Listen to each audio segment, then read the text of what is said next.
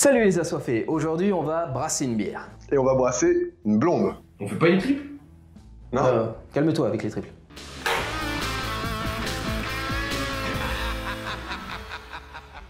Alors suivez bien cette vidéo parce qu'on va vous détailler toutes les étapes du brassage et on va vous donner des petits tips, des petits conseils sur comment bien brasser votre bière.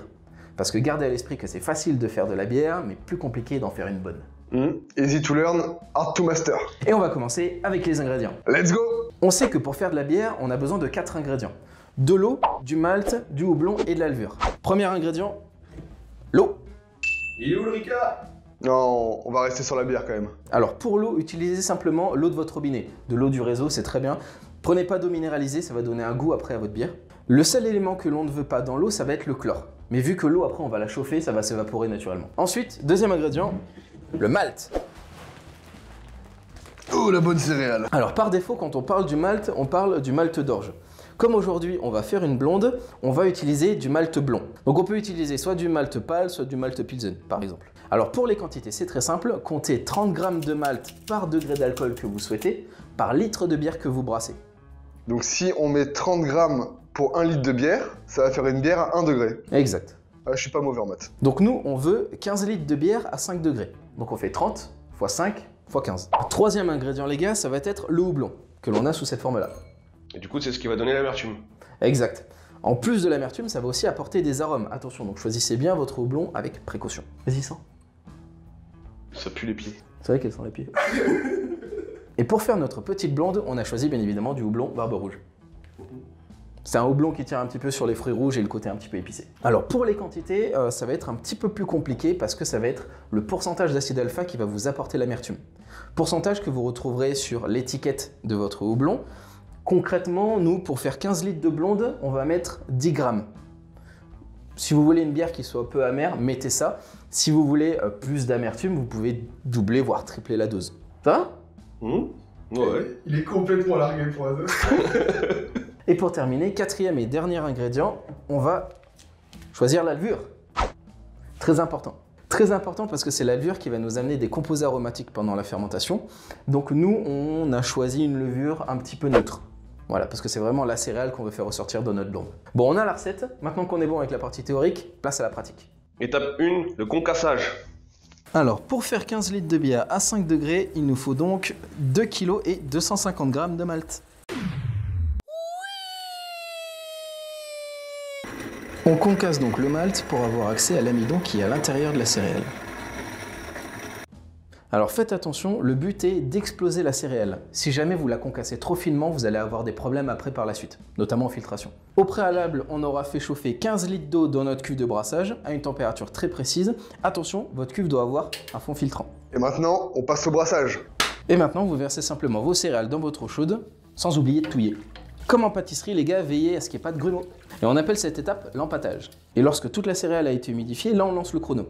On va compter environ 1 heure avant la prochaine étape, tout en contrôlant la température. Et à quelle température du coup? Eh bah écoute, là on est à 62 degrés, pile poil. C'est notre objectif. Ok. Pourquoi 62? Ah, très bonne question. On fait ce qu'on appelle un monopalier, c'est-à-dire qu'on va viser qu'une seule température pendant notre brassage. Dans ce qu'on appelle maintenant notre mou de bière, il y a 2 enzymes qui bossent. Ces enzymes vont transformer l'amidon de la céréale en 2 catégories de sucre, selon la température où on se trouve. Si on se place à 62 degrés, les enzymes vont créer des sucres simples qui ensuite vont être transformés en alcool durant la fermentation.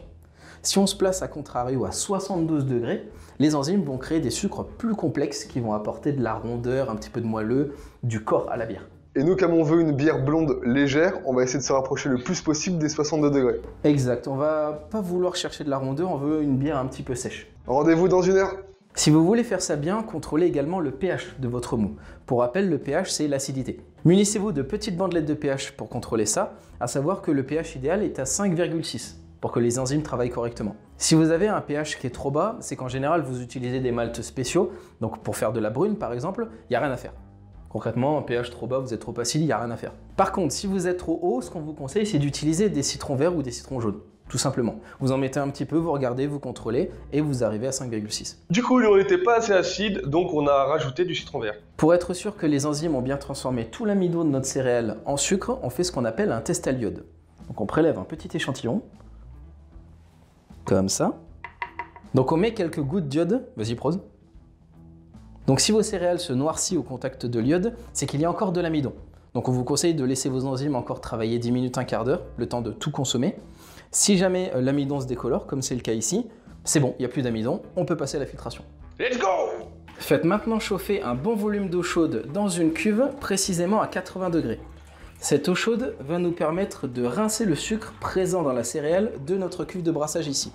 Rappelez-vous, la cuve de brassage est équipée d'un fond filtrant qui va nous permettre de séparer le mélange sucré de la céréale directement dans notre cuve d'ébullition ici. Maître brasseur, donne-nous des conseils. Ok les gars, donc tips numéro 1. Veillez à ce que votre eau chaude soit bien inférieure à 80 degrés. Si jamais vous dépassez cette température, on commencerait à extraire le tanin des céréales que vous avez ici. Et ça va donner une astringence à la bière, donc c'est pas forcément un truc recherché. Donc, jamais plus de 80 degrés là. Maître brasseur, on veut encore des conseils. Que tu es gourmand, petit assoiffé. Alors, lors de votre rinçage, veillez à ce qu'il y ait toujours ce qu'on appelle un surnageant d'eau. Une petite couche d'eau au-dessus de votre céréale, sinon la céréale serait en contact avec l'air et on aurait une oxydation. Ça induirait un faux goût dans une bière. C'est pas quelque chose de très sympathique. Veillez également à ce que votre rinçage soit lent, pour ne pas perturber la formation du gâteau. Le gâteau? Ouais, le gâteau en fait ça va être cette couche de céréales qui va se former à cause de la filtration. Si votre rinçage est lent, votre filtration doit également être lente. Si jamais dans votre cuve de filtration vous observez des débris ou des dépôts de malt, n'hésitez pas à reprendre ce filtrat et à le remettre dans votre cuve de brassage pour qu'il soit filtré et clarifié une deuxième fois. Une fois 18 litres de filtre obtenus, on porte ensuite la cuve à ébullition. Une fois votre mot à ébullition, rajoutez le houblon sous forme de pellettes. Comme on souhaite brasser une bière blonde légèrement amère, on va ajouter que 10 grammes pour 15 litres de bière. Faites attention les gars, l'ébullition est vachement importante, car non seulement ça va stériliser le mou, ça va également transformer les houblons pour qu'il apporte de l'amertume, ça va également faire coaguler les protéines, dégrader les composés soufrés et colorer un petit peu votre bière avec la réaction de Maillard. Faites attention à avoir une bonne ébullition pendant au moins 1 heure, sinon votre bière va développer des faux goûts. Au bout d'1 heure d'ébullition, on va rajouter un petit peu de houblon qui apportera plus des arômes que de l'amertume. Pour notre blonde, on va simplement rajouter 10 grammes. On va maintenant faire ce qu'on appelle un Whirlpool, c'est-à-dire qu'on va créer un siphon qui va concentrer les impuretés au centre de la cuve par force centrifuge, touillé pendant environ 5 minutes. Une fois que c'est fait, on va ensuite refroidir notre mou de bière jusqu'à 25 degrés avec un système de refroidissement. Désinfectez bien votre matériel à partir de cette étape, parce que vu que le mou est descendu en température, il va donc être plus sensible aux contaminations. Donc désinfectez-vous bien les mains et évitez au maximum le contact avec l'air. Ok les gars, dernière étape, maintenant que le mou est à 25 degrés, on va pouvoir le transférer dans le fermenteur. Et là, t'as un putain de contact avec l'air. Ouais, et c'est voulu. On appelle ça de la micro-oxygénation. En gros, on laisse dissoudre du CO2 dans le mou pour que les levures se développent avant la fermentation. On appelle ça la phosphorylation oxydative. What the fuck? On verse maintenant la levure qui va transformer le sucre en alcool. Ça va durer environ 1 semaine. Bon les gars, cette journée de brassage, vous en avez pensé quoi? Cool. Sympa, hein, 8 heures hein, quand même, putain. Ah, c'est vrai que c'est déjà fin. On aura que de la bière à boire. Ah bah ouais. C'est la fin de ce brassage, on espère vous avoir appris des choses. Si vous avez des questions, même techniques, laissez-les dans les commentaires, on y répondra. Si vous voulez voir d'autres vidéos sur la bière, en tout cas, n'hésitez pas à vous abonner. Sur ce, tchuss! Ciao.